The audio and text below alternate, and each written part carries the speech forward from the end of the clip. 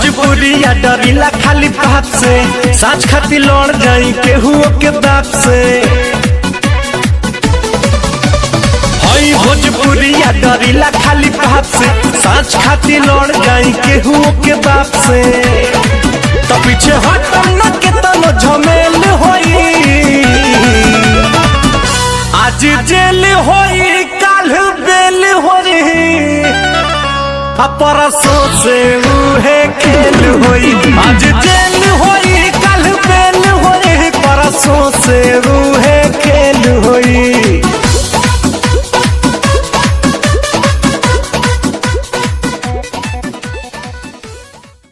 Hello guys, अगर हमारा video अच्छा लगा तो प्लीज़ लाइक और शेयर ज़रूर कीजिएगा।